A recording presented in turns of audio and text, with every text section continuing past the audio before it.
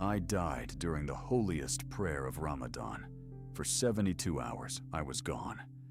And what I saw on the other side, what Jesus showed me, it's why I'm begging you to listen.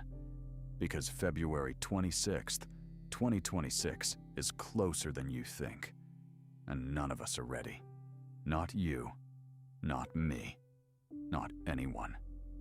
My name is Abdul-Aziz Al-Mansouri. I was a Saudi Imam for 32 years.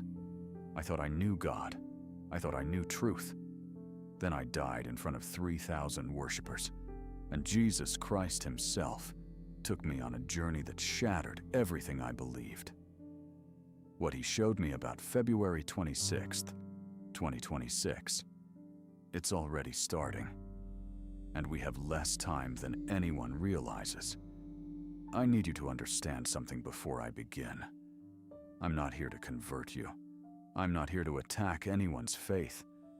I'm here because I was shown something so urgent, so catastrophic, it's so world-shattering that I was commanded to share it. And if you dismiss this as the ramblings of a man who had a near-death hallucination, that's your choice. But what happened to me was more real than anything I've ever experienced in my 58 years of life. More real than my first breath. More real than my wedding day. More real than holding my children for the first time. And infinitely more terrifying. Let me take you back to April 23rd, 2024. The 27th night of Ramadan. Laylat al-Qadr, the night of power. The holiest night in the Islamic calendar. I was about to die, but I didn't know it yet. The King Fahad Grand Mosque in Riyadh was packed that night. Over 3,000 men had gathered for Taraweeh prayers. The energy was electric. You could feel it in the air, thick and heavy like humidity before a storm. During Ramadan, we believe the gates of heaven open wide, that angels descend, that every prayer carries extra weight. I stood at the front, facing Mecca, my voice amplified through speakers that carried my recitation to every corner of the massive prayer hall. For 32 years, this had been my life. 5 times a day, I led prayers. I taught Quran. I counseled families. I officiated weddings and funerals. I was respected, honored, known throughout Saudi Arabia as a man of deep faith and knowledge. I was also proud. God help me. I was so proud. I started reciting Surah Al-Rahman, the most merciful. It's one of the most beautiful chapters in the Quran, poetic and rhythmic, asking over and over, "Which then of the bounties of your Lord will you deny?" I loved reciting this surah. My voice would rise and fall with the verses, and I could see the effect on the congregation, men swaying, tears streaming down faces, hands raised in supplication. In those moments, I felt powerful. I felt chosen. I felt like I was the conduit between heaven and earth. That pride, that sense of spiritual superiority, it was about to be demolished. I was on verse 43 when the pain hit. It started in my chest, a squeezing sensation, like a giant fist had reached inside my ribcage and grabbed my heart. I stumbled mid-word. My voice cracked. The microphone caught it, amplified it throughout the mosque. For a split second, I thought, this is nothing.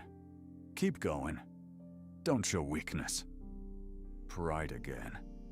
Even as my body was shutting down, I was worried about appearances. Then the pain exploded. It wasn't just my chest anymore.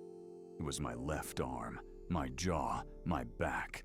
Every nerve in my body screamed at once. The mosque began to spin.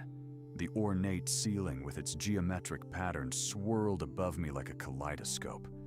I saw the faces of the men in the front row turn toward me in slow motion. Confusion. Then alarm. Then horror. My knees buckled. I reached out for something, anything to steady myself. but my hand grasped only air, and then I fell. The last thing I remember from that moment was the cold marble floor against my cheek and a thought flashing through my mind. I'm going to die. Right here. Right now. In front of everyone. And then, darkness. But not silence. Here's what I need you to understand. Death isn't like falling asleep. It's not peaceful. It's not like gradually fading into nothing. It's violent. It's immediate. It's like being ripped out of your body by invisible hands. 1 second, I was on the mosque floor, pain radiating through every cell. The next second, I was standing, but I wasn't in the mosque anymore. I need to describe this place carefully, because words don't really capture it. Imagine standing in thick fog, but the fog isn't made of water. It's made of something else. Something that feels alive. The ground beneath my feet was solid, but also not solid. I could see it, but when I looked down, I couldn't quite focus on it. The light was wrong. It came from everywhere and nowhere at once.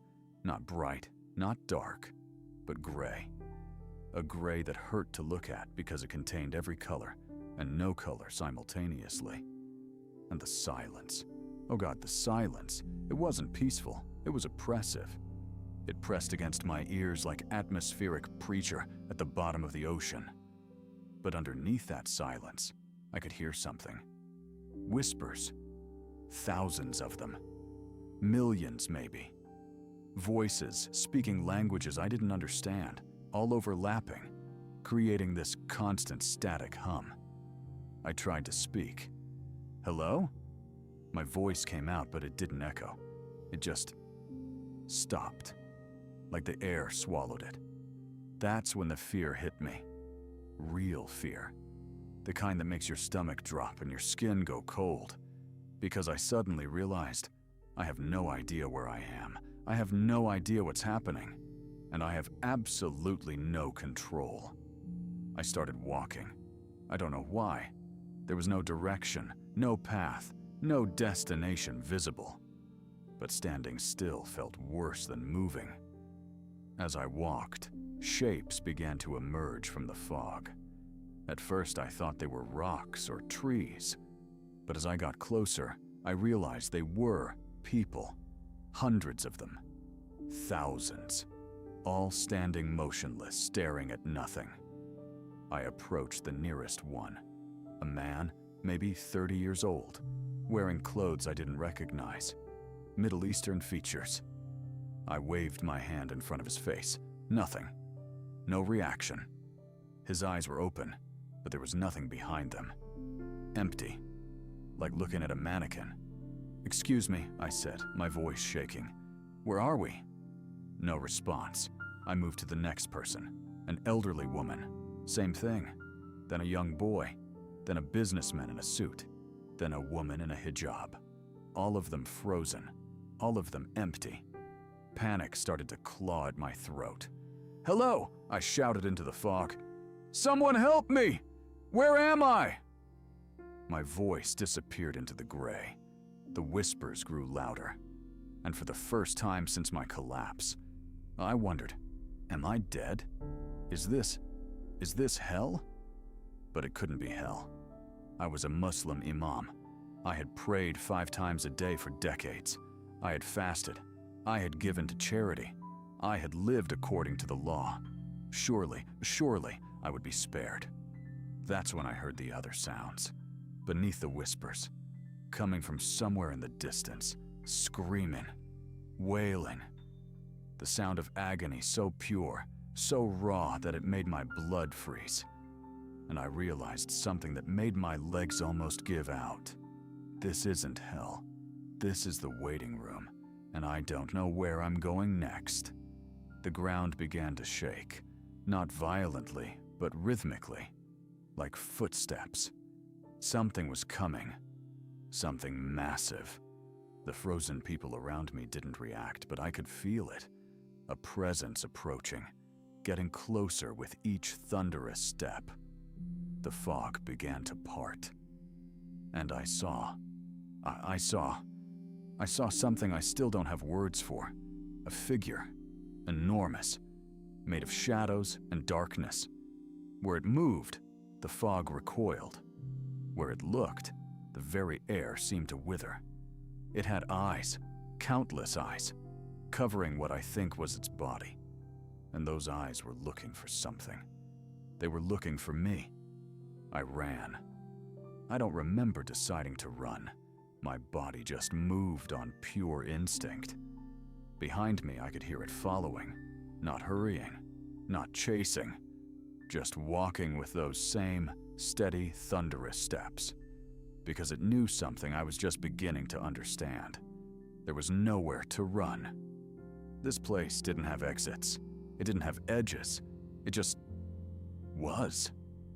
I ran past more frozen people, past shapes in the fog that I didn't want to look at too closely, past sounds that made me want to clap my hands over my ears.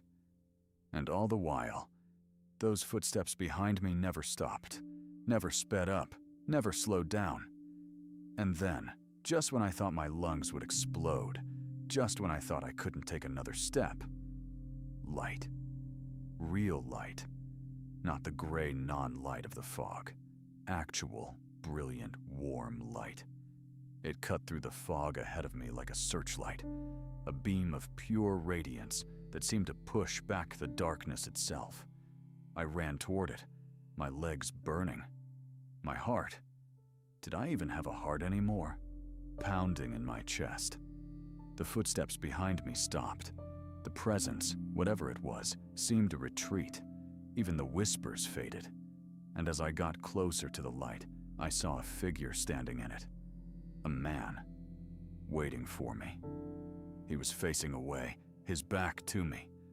But I could see that he was wearing simple white robes. His hair was long, falling to his shoulders. And even though I couldn't see his face, even though he hadn't spoken, I felt something radiating from him that made every cell in my body want to fall down and worship. Not fear. Not the oppressive dread of the shadow creature. This was different. This was majesty, authority, love and terror mixed together in a way that shouldn't have been possible. I stopped running.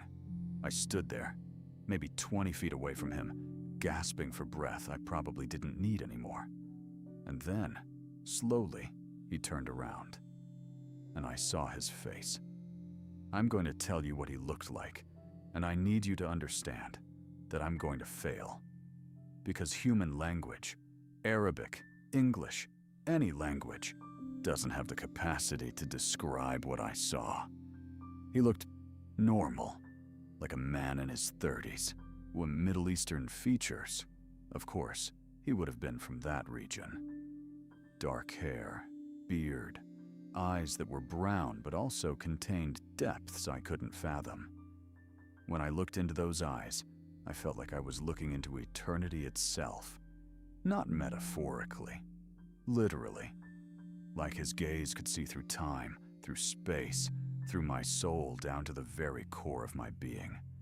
But here's what I couldn't look away from. His hands, they had scars, holes, right through the palms. And on his feet, I glanced down and saw the same thing. Scars. And on his side, visible through his robe, another scar. My mind reeled. I knew what those scars meant. Every Muslim knows the Christian story, even if we don't believe it. We're taught that Jesus, Isa in our tradition, was a prophet, yes, but not the Son of God. Not crucified. That God wouldn't allow his prophet to be humiliated in such a way. That someone else was crucified in his place. But here he was. Here he was. With the scars to prove everything I'd been taught was wrong, he smiled at me. And in that smile was more love than I'd ever experienced in my entire life. More than my mother's embrace, more than my wife's kiss, more than holding my newborn children. All of it combined and multiplied by infinity wouldn't equal the love in that smile. And I broke. I fell to my knees and I wept, not quiet tears. Sobbing. Gut-wrenching, desperate sobs that came from a place so deep I didn't know it existed. Because in that moment, in the presence of that love, every wall I'd ever built came crashing down. Every facade, every pretense, every carefully constructed image of myself as a righteous man. He walked toward me. His feet made no sound. And when he reached me, he knelt down. He knelt. This being of pure light and power and majesty knelt in the dirt beside me. And he spoke. Abdul-Aziz. He said my name. And I heard it in my heart as much as my ears. It wasn't loud, but it filled everything. It echoed through the fog, through my bones, through reality itself. Abdul-Aziz, do you know who I am? I couldn't speak. My throat was closed. My mind was screaming contradictions. This couldn't be happening. This couldn't be real. Everything I'd believed, everything I'd taught, everything I'd built my life on was shattering like glass. But I knew. Oh God, I knew. You're, say it, he said gently. You know who I am. Say it. You're Jesus, I whispered. You're Isa. You're the Christ. He smiled again. So yes, I am the way, the truth, and the life. I am the Alpha and the Omega. I am the one your people call Isa, but I am so much more than what you were taught. He reached out and placed his scarred hand on my shoulder. The touch was warm, real, more real than anything I'd ever felt in life. You collapsed in the mosque, he said. Your heart stopped. Right now, in your world, you are clinically dead. Doctors are working on you, but your heart won't restart. Not yet. Not until I send you back. Send me back? My voice was hoarse. Why? Why would you send me back? His expression became serious. Not angry, not stern, but grave, like a doctor about to deliver terrible news. Because you have something you need to do, something urgent, something that will cost you everything you have, your reputation, your position, your family's comfort, your community's respect. Are you willing to pay that price? I didn't answer right away. How could I? I didn't even know what he was asking. What do you need me to do? He stood, and I stood with him. The fog around us began to clear, and what it revealed, we were standing on top of a mountain, but not a mountain I recognized. Below us, I could see the entire world, not metaphorically, literally. I could see every continent, every ocean, every city. I could zoom in with my mind and see individual people. I could see mosques and churches and temples. I could see governments and armies and corporations. And I could see something else. Something that made my blood run cold. There was darkness. Real darkness. Not the absence of light, but the presence of something malevolent. It was spreading across the world like an infection. Tendrils of it reaching into governments, into religions, into entertainment, into technology, into hearts. Do you see it? Jesus asked. Yes, I breathed. What is it? Deception. The final deception. The one that will prepare the way for the enemy's last attempt at dominion over this world. He waved his hand, and the scene shifted. Now I was looking at people, millions of them. They were going about their daily lives, working, eating, laughing, fighting, loving, hating. But there was something wrong with them.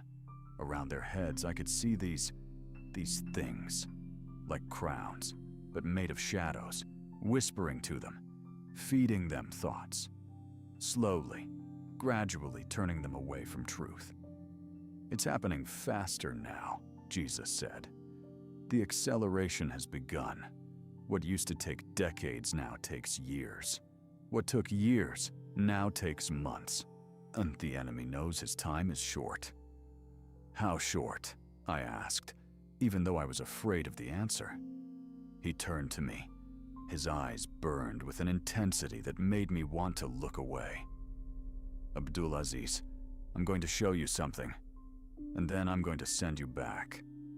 And you're going to tell people what you saw. Most won't believe you. Many will mock you. Some will threaten you. But there will be those who hear and understand. And for them, it will mean the difference between eternal life and eternal death. What are you going to show me? The end, he said simply. The very end of this age. And the date when it all begins. He touched my forehead. And suddenly, I wasn't standing on the mountain anymore. I was falling through time, past and future colliding around me in a dizzying spiral. I saw the creation of the world, light exploding out of nothing, galaxies spinning into existence, the earth forming from cosmic dust. I saw the Garden of Eden, though not how I imagined it. I saw the fall. I saw the flood. I saw Abraham, Moses, David. I saw myself, my entire life playing out in seconds, every moment, every choice, every sin I'd hidden, every proud thought, every judgment I'd made of others while excusing my own failures. And I was ashamed. So deeply, utterly ashamed. But the vision didn't stop at the present. It pushed forward. I saw the near future. I saw the year 2024 continuing on, seemingly normal to most people. But underneath, beneath the surface, changes were happening. Governments making quiet agreements. Technologies advancing faster than ever. AI, artificial intelligence, becoming integrated into every aspect of life. Slowly, people were giving up their privacy, their autonomy, their ability to think independently, all for convenience.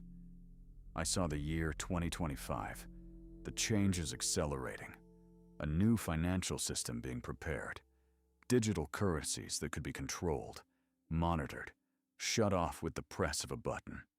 More surveillance, more control.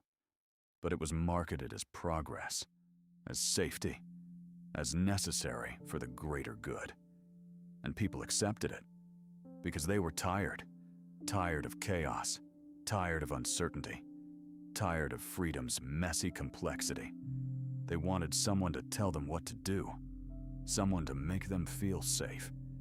Then I saw February 26th, 2026. The date burned itself into my mind like a brand. I saw it from multiple angles simultaneously, like watching every news channel in the world at once. On that day, something happened. Multiple somethings, actually. All coordinated, all synchronized perfectly. I saw economic collapse in multiple countries at once. Not gradual decline, sudden, catastrophic failure. Banks closed, markets frozen, people unable to access their money, panic in the streets, a series of disasters, natural and unnatural, earthquakes, storms, power grids failing across entire continents. And here's what chilled me. They weren't random, they were timed, coordinated, engineered, political upheaval, governments falling, emergency powers being declared, martial law in major cities. And in the chaos, in the fear, people crying out for someone, anyone, to restore order. And then, he arrived. I say he, but I'm not sure that's accurate.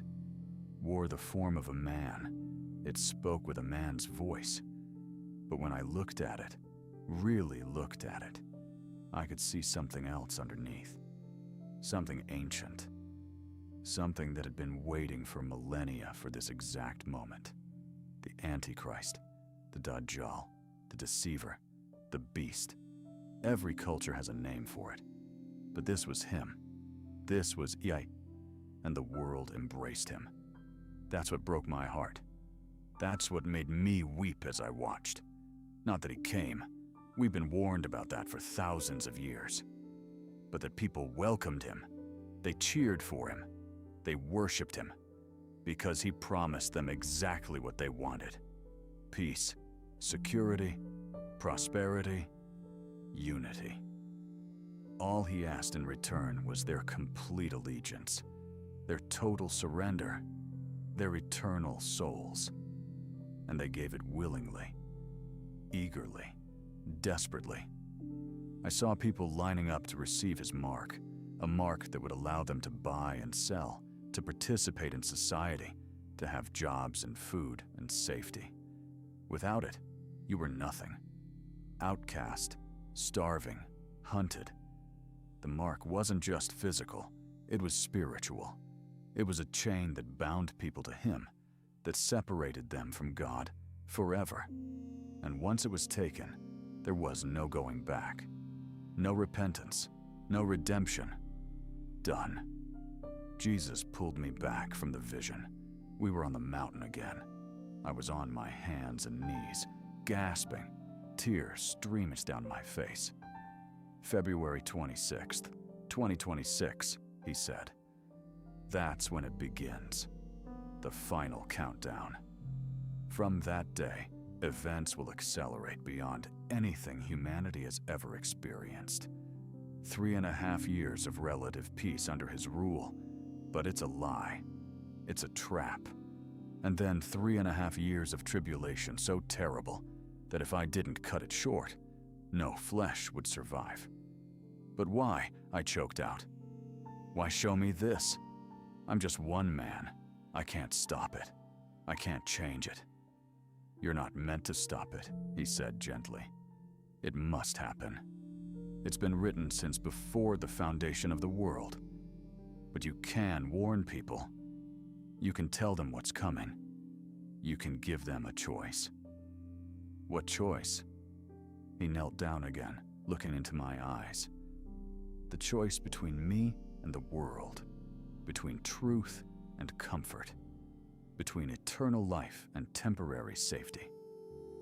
Abdul-Aziz, you've spent 32 years teaching people about God, but you taught them about law, about rules, about earning their way to paradise through good deeds and proper behavior.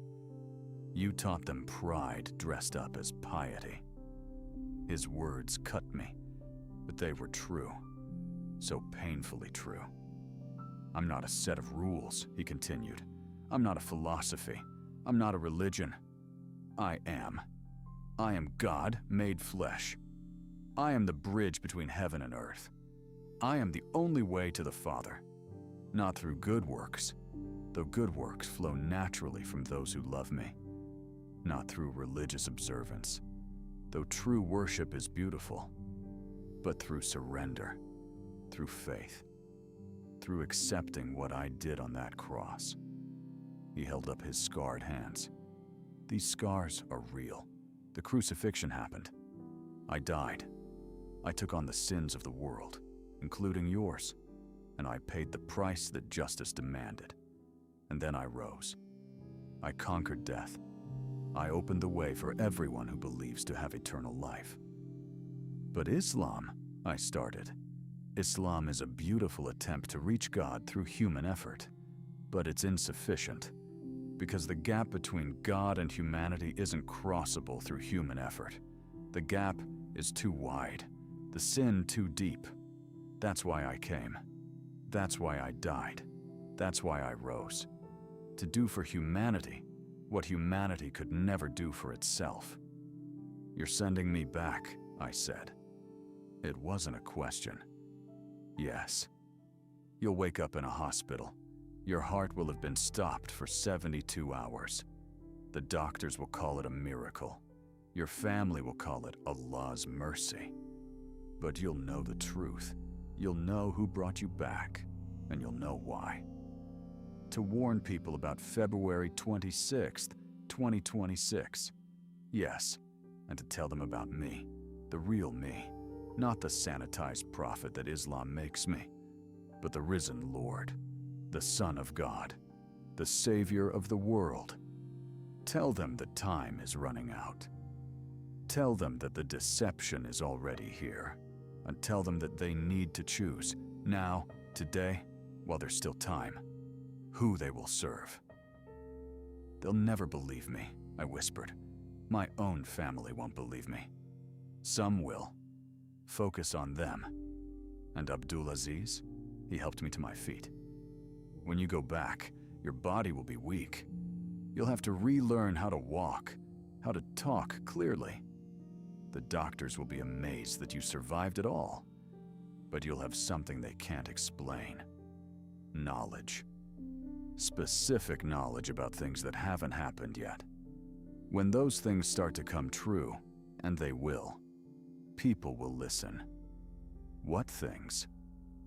In the next months before February 26th, 2026, watch for these signs.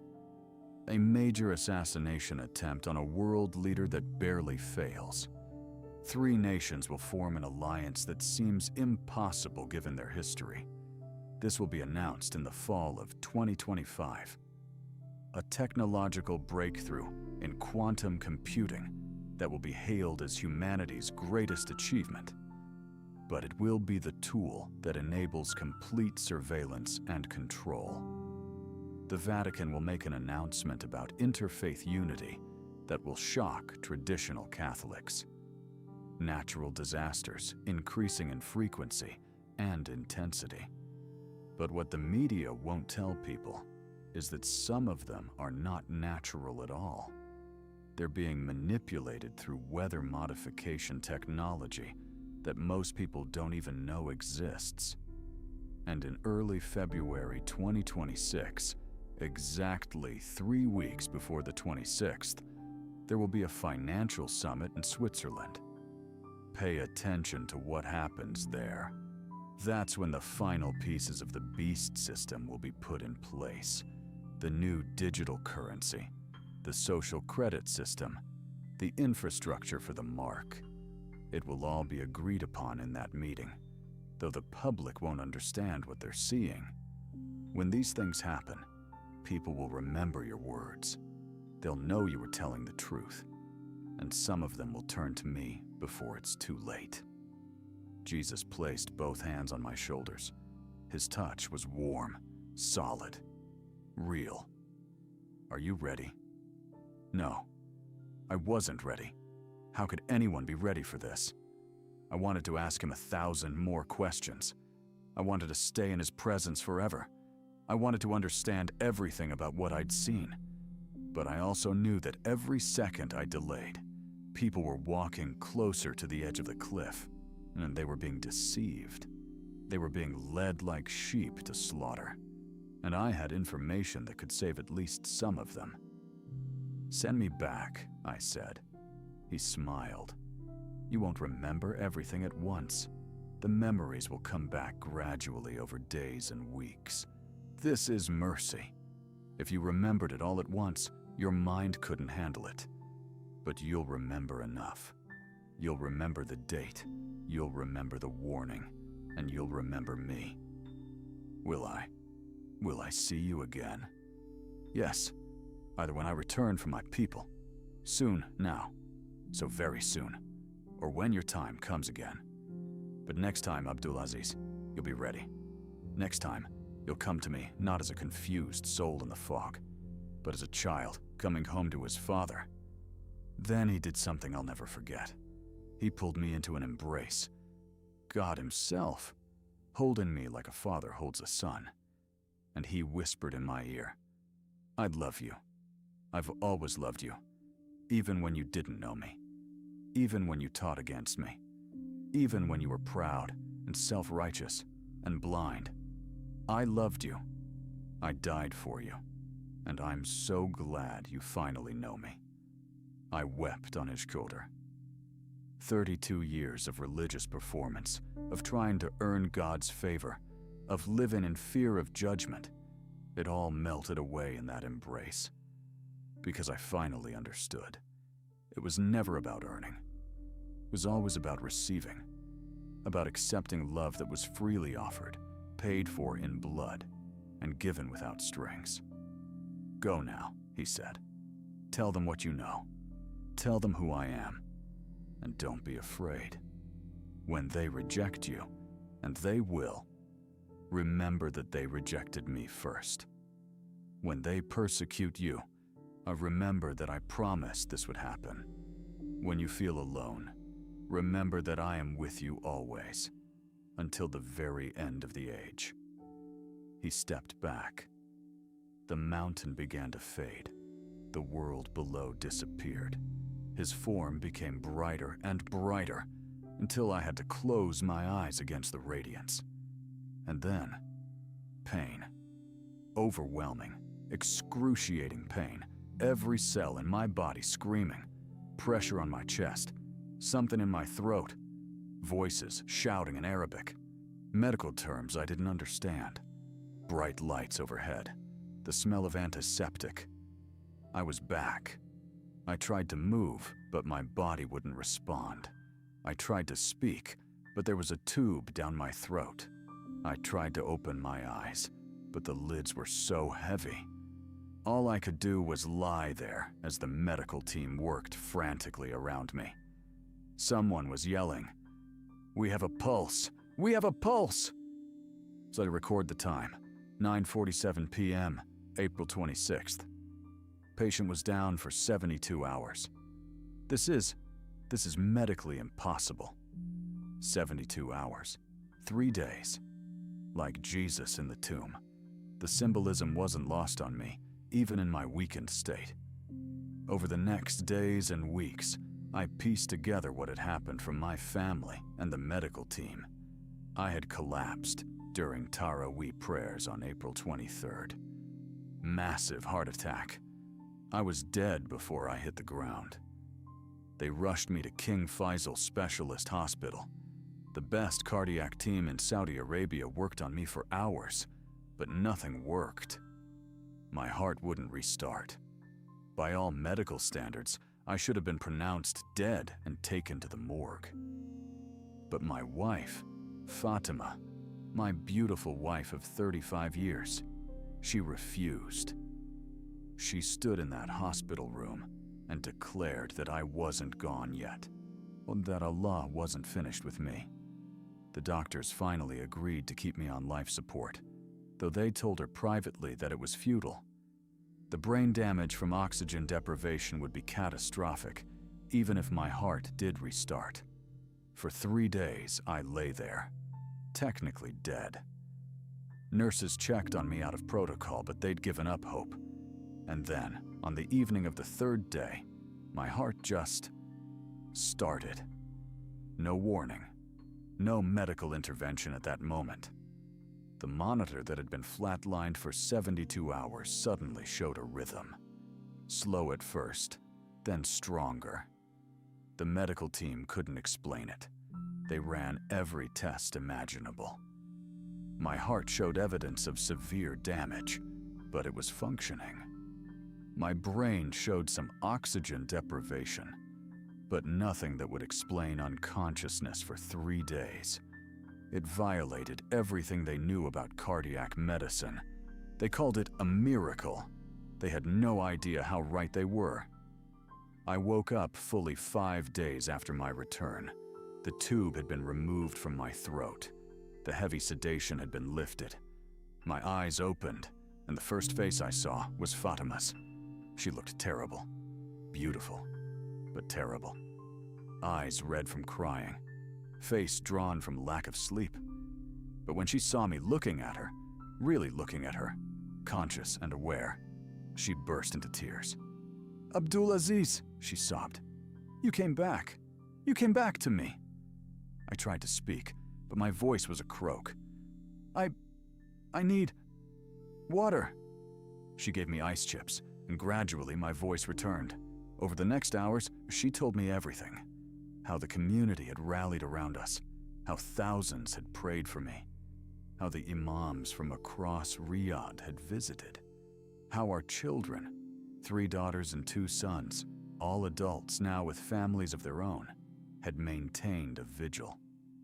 But she also told me something else, something that made my blood run cold. "The Council of Scholars wants to meet with you," she said quietly, "as soon as you're able. They want to hear about your experience.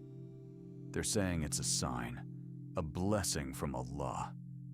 They want to use your story to inspire the faithful. I knew what that meant.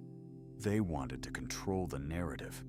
They wanted me to say the right things, to confirm their theology, to be a living example of Islamic faith triumphant over death.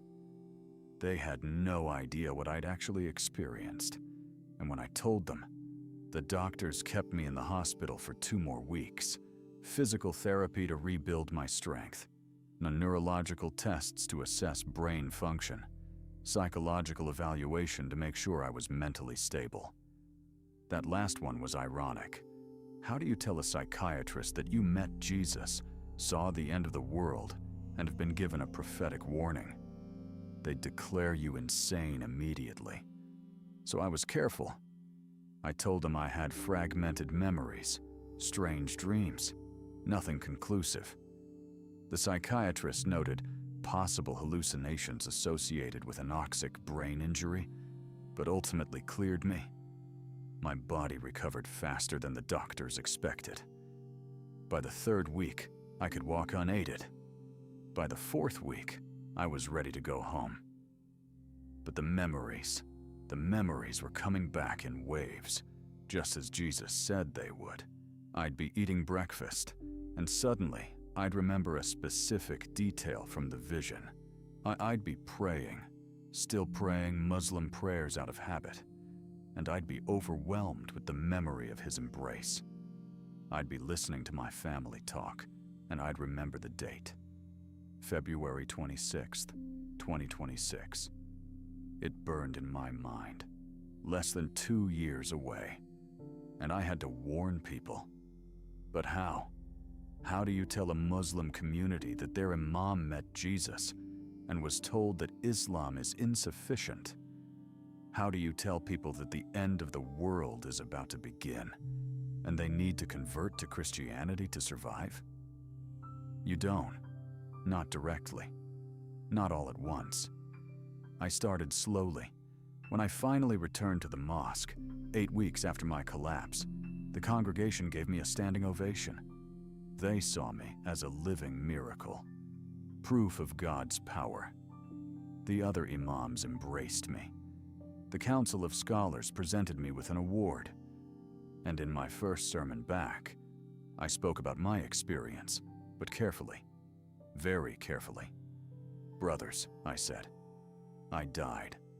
I left this world for a time, and what I saw on the other side, it has changed me. I cannot speak of all of it. Much of it is beyond words, beyond human understanding. But I can tell you this. We have less time than we think. The end of this age is approaching, and we must prepare our souls.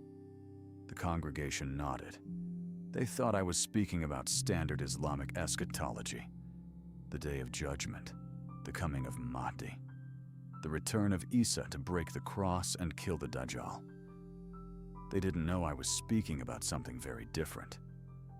Over the next months, I continued this careful dance. I spoke more about mercy and grace, less about law and punishment. I emphasized personal relationship with God over ritual performance. I talked about the importance of knowing truth versus following tradition. Some people noticed the shift. My fellow imams questioned me privately. You're sounding almost Christian, one of them said with concern. Am I? I replied. Or am I finally understanding what submission to God truly means? But I knew I couldn't keep this up forever. Eventually, I'd have to speak plainly. Eventually, I'd have to tell them about Jesus, about the warning, about February 26th, 2026. That day came in October 2024, 6 months after my return from death. The Council of Scholars called a special meeting. Just them and me.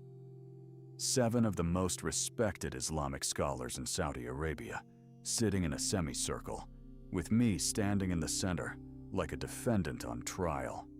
Abdul-Aziz, the head scholar, began. We've been patient with you. We understand that your experience was traumatic, that it may have affected your mind. But your recent sermons have become concerning. You're straying from orthodox teaching. People are noticing. Questions are being asked. I took a deep breath. This was it. The moment of truth. I could backpedal, apologize, fall back in line. Or I could speak what I knew to be true and face the consequences. I chose truth. Brothers, I said, I need to tell you what really happened during those 72 hours. I need to tell you who I met and what he showed me. They leaned forward, expecting a vision of paradise, of Muhammad, of angels. Instead, I told them about Jesus. I told them about the fog, the waiting place, the shadow creature. I told them about the light, about the man with scars in his hands. I told them about the vision of the end, about February 26th, 2026. I told them about the Antichrist, about the mark, about the tribulation.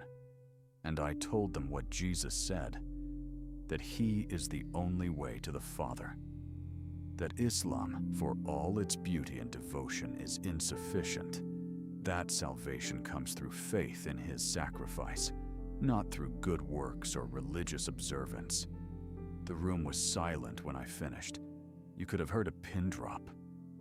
Then the head scholar spoke, his voice trembling with rage. You are apostate. You have left Islam. You have blasphemed against Allah and his prophet Muhammad. Do you understand what this means? I understand perfectly, I said. And I'm telling you anyway because the truth matters more than my comfort or safety. You'll be stripped of your position. Your family will be shamed. You may face legal consequences. Apostasy is still a serious crime in this country. I know. Then why? Why throw away everything for this Christian delusion? Because it's not a delusion, I almost shouted. Because I was there. I saw him. I felt his presence. I heard his voice. And everything he told me is coming true. Don't you see? We have less than 2 years before February 26th, 2026. Less than 2 years before the world changes forever. And people need to know. They need to choose. They need to. Enough! The head scholar stood. You are no longer an imam of this mosque. You are no longer a teacher of Islam. You are no longer welcome in our community. Pack your things and leave. And if you continue to spread this heresy, we will take further action. I looked at each of them. Men I'd known for decades. Men I'd prayed beside, studied with, laughed with. And I saw no compassion in their eyes, only anger and fear. Fear. That's what it was. They were afraid I might be telling the truth. I walked out of that room and out of the mosque I'd served for 32 years. I walked out of my office, past my books and awards and photographs. I walked out into the Saudi sun, unemployed, disgraced, and branded a heretic. And I felt lighter than I'd felt in decades. The next months were hard, brutally hard. My family struggled to understand. Fatima stood by me. Bless her. She stood by me even though she didn't fully believe my story. Our children were divided. 2 of them cut off contact entirely. The other 3 maintained relationship but kept their distance, not wanting to be associated with my breakdown. I was barred from every mosque in Riyadh. Friends stopped calling. People crossed the street to avoid me. I received death threats. My wife received threats. Someone painted apostate on our door in red paint. But I kept speaking. I started a blog, recording videos, posting on social media. I told my story. I gave the warning about February 26th, 2026. I urged people to research Jesus for themselves, to read the Gospels, to consider whether what they'd been taught about him was actually true. Most people mocked me. but some, a precious few, listened. A young man named Khalid reached out. He'd been questioning Islam for years, but was afraid to voice his doubts. My story gave him courage. He gave his life to Jesus, and despite his family's fury, he stood firm. A woman named Amira, a widow with 3 children, contacted me. She'd had her own supernatural experience years ago, but had suppressed it out of fear. My testimony confirmed what she'd always suspected deep down. She became a believer. Slowly, gradually, a small community formed. Ex-Muslims, questioning Muslims, secret Christians. We met in homes, in private. We studied the Bible together. We prayed together. We prepared together for what was coming. And as 2025 progressed, the signs Jesus told me about began to appear. In September 2025, there was an assassination attempt on the President of the United States. He was giving a speech in Texas when a shooter opened fire. The bullet grazed his head, millimeters from being fatal. He survived. The country erupted in conspiracy theories and political chaos. So I remembered what Jesus told me. A major assassination attempt on a world leader that barely fails. In November 2025, something impossible happened. Israel, Saudi Arabia, and Turkey announced a joint economic and security alliance. These 3 nations, historic enemies, religious rivals, geopolitical competitors, suddenly united. The media called it historic. Experts called it shocking. I called it another sign. In December 2025, a tech company announced a breakthrough in quantum computing that would revolutionize encryption, artificial intelligence, and data processing. They promised it would usher in a new era of technological progress. Governments immediately began implementing the technology into their surveillance systems. Jesus' words echoed, a technological breakthrough in quantum computing that will enable complete surveillance and control. In January 2026, Pope Francis made an announcement that sent shockwaves through the Christian world. He called for full unity among all faiths, Christians, Muslims, Jews, Hindus, Buddhists, under one spiritual banner. He said the time for religious division was over, that humanity needed to unite spiritually to face the challenges ahead. Traditional Catholics were outraged. Progressive Catholics celebrated. And I remembered. The Vatican will make an announcement about interfaith unity that will shock traditional Catholics. The natural disasters increase too. Earthquakes in places that rarely had them. Hurricanes, stronger than any in recorded history. Floods that devastated entire regions. See heat waves that killed thousands. Cold snaps that froze areas that should have been temperate. The mainstream media blamed climate change. Alternative media blamed weather modification. Both were partially right. But what nobody was saying publicly was that many of these disasters were timed, targeted, and deliberate, part of a larger agenda to create chaos and demand for order. And then came February 2026, the final countdown. On February 5th, exactly 3 weeks before the 26th, the World Economic Forum held an emergency summit in Davos, Switzerland. Leaders from every major nation attended. CEOs of the largest corporations, heads of central banks, tech moguls, media executives. The official agenda was about global financial reform in response to recent crises. But those of us who were paying attention knew better. That this was the meeting Jesus warned me about. This was where the infrastructure for the beast system would be finalized. I watched the live streams. I read the statements. I analyzed the proposals. And everything was there. A new global digital currency, backed by a consortium of central banks and major governments.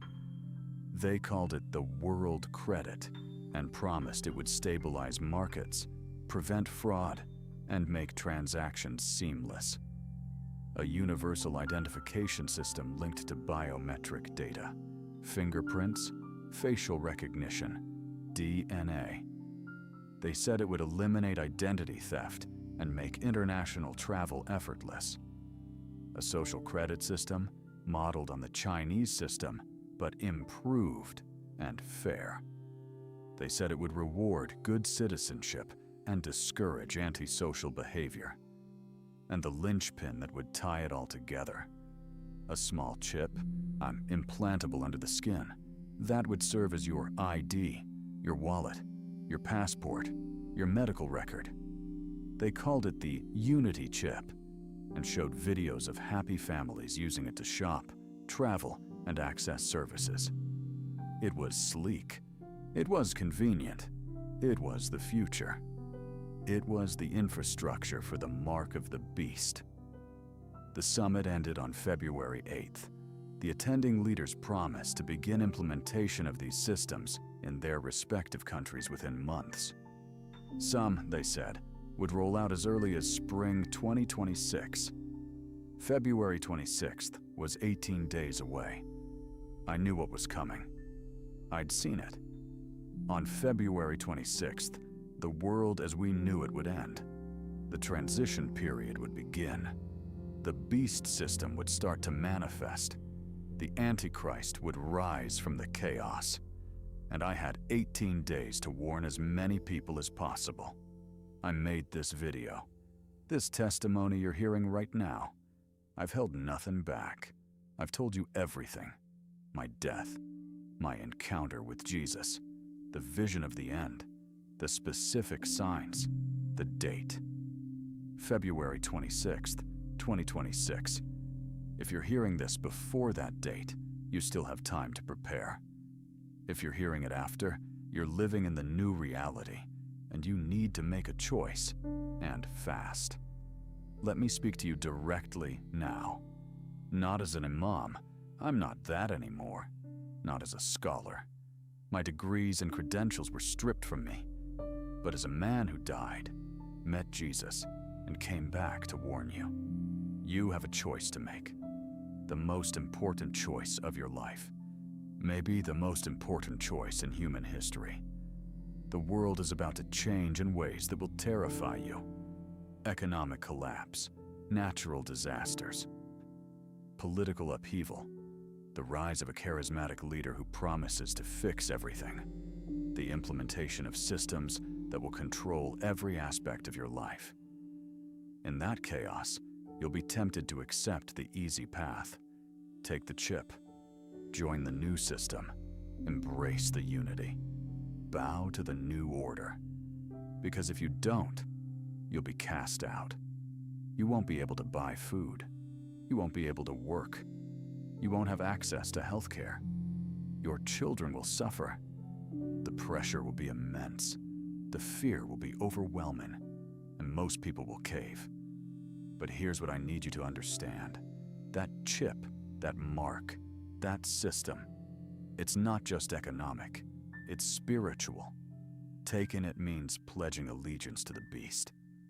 Taking it means rejecting Jesus. Taking it means separating yourself from God forever. And once it's done, it can't be undone. So what do you do instead?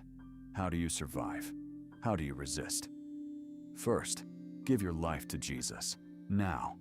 Today. Not tomorrow. Not when things get worse. Now. Because once the mark is implemented, once the beast fully rises, the grace period will end. The Bible is clear. Those who take the mark cannot be saved. They've made their choice. It's final. If you're Muslim, like I was, I know this is hard. I know it feels like betrayal. I know it contradicts everything you've been taught. But I'm telling you, as someone who served Islam for 32 years and then met Jesus face to face, he is real. He is risen. He is the only way to the Father. Your good deeds won't save you. Your prayers won't save you. Your fasting, your charity, your pilgrimage, they're beautiful, but they're insufficient, because the gap between humanity and God is too wide to cross on our own. Jesus is the bridge. His sacrifice paid the price. His resurrection proved his divinity. Accept him. Confess with your mouth that Jesus is Lord. Believe in your heart that God raised him from the dead. Romans 10:9. That's the key. That's salvation. Second, prepare practically. I don't mean stockpile weapons and build a bunker, though having some emergency supplies isn't crazy. I mean prepare your heart, your mind, your family. Study the Bible. Specifically, study Revelation, Daniel, Matthew 24, 1 Thessalonians. Understand what's coming so you won't be caught off guard. Find community, other believers, people who know the truth and are willing to stand firm. You can't do this alone. None of us can. We need each other. Be ready to lose everything. Your job, your home, to your reputation, maybe even your life. Jesus promised that following him would cost us. In the tribulation, it will cost more than ever. Count the cost. Decide now that he's worth it. Third, don't take the mark, no matter what. No matter the consequences, no matter how much you suffer. Don't take it. Yes, you'll be persecuted. Yes, you'll struggle. Yes, you might die. But physical death is temporary. Spiritual death is eternal.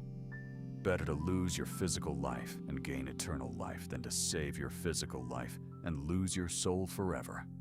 Fourth, spread the word. Tell everyone you can. You might feel foolish. People might mock you. They might call you crazy, deluded, a conspiracy theorist. Tell them anyway.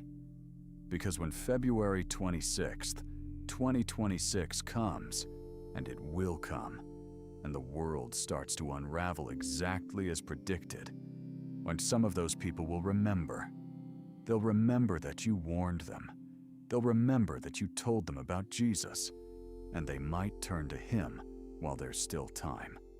I'm recording this on February 8th, 2026, 18 days before the date Jesus showed me. I don't know exactly what will happen on the 26th. I don't know if it will be one event or multiple events. I don't know if it will be sudden and obvious or gradual and subtle. But I know it's coming. I know the tribulation is beginning. I know that the window of grace is closing. If you're hearing this before February 26th, you have a few days. Use them. Get right with God. Get your family right with God. Prepare your heart. If you're hearing this after February 26th, and the world has indeed changed as I've described, so know this, it's not too late yet. Not until you take the mark. Until then, you can still turn to Jesus. It will be harder. The cost will be higher. The suffering will be greater. But salvation is still available. And if you're hearing this years from now, after everything I've described has come and gone, if Jesus has already returned and established his kingdom, then this video serves as testimony. Proof that he warned us. Proof that he loved us enough to send messengers. Proof that he gave every possible chance for people to turn to him. To my family, I love you. I know you don't understand. I know you think I've lost my mind. I know I've embarrassed you, but I'm doing this because I love you. Please, please hear my words. Please consider that I might be telling the truth. Please don't take the mark when it comes. Please turn to Jesus. I want to see you again in eternity. To my fellow Muslims, I don't hate Islam. I don't hate you. I spent most of my life as one of you. I understand the beauty you see in Islamic teaching. I understand the devotion you feel. But I'm begging you to investigate Jesus for yourself. Read the Gospels. Ask him to reveal himself to you. He did for me. He can for you too. To Christians who hear this, get ready. The comfortable version of Christianity you've known is ending. Persecution is coming. Tribulation is coming. But so is glory. So is the return of our King. Stand firm. Don't compromise. Don't take the mark. And help others who are waking up to the truth. To those who don't believe in any of this, I understand your skepticism. I really do. But I'm asking you to at least watch. Watch what happens on February 26th, 2026, and in the days and months that follow. Watch whether the things I've described start to manifest. And if they do, remember this warning. Remember that someone told you what was coming and why. And remember that Jesus offers a way out. My name is Abdul-Aziz Al-Mansouri. I was a Muslim Imam for 32 years. I died on April 23rd, 2024, during Taraweeh prayers on the holiest night of Ramadan. For 72 hours, I was clinically dead. And during that time, I met Jesus Christ. He showed me the end of this age. He gave me a date, February 26th, 2026. He told me to warn people. He told me to tell them about salvation through him alone. This is my testimony. This is my warning. This is my last chance to reach as many people as possible before time runs out. Jesus is real. He is risen. He is coming back soon. And he loves you more than you can possibly imagine. Turn to him. Trust him. Follow him, no matter the cost. Because eternity is real. Heaven is real. Hell is real. And the choice you make in the next days, weeks, or months will determine where you spend forever. Choose life. Choose Jesus. Choose eternal salvation over temporary comfort. The clock is ticking.